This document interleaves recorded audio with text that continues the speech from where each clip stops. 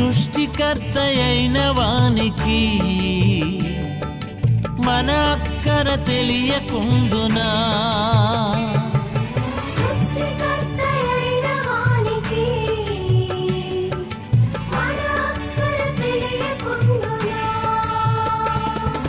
సరి అయిన సమయానికి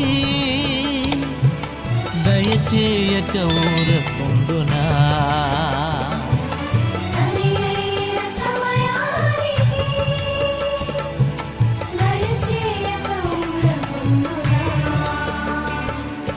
జీవము గల దేవుడు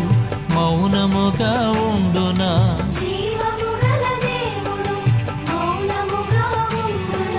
తన పిల్లల కాయన మేలు చేయకుండునా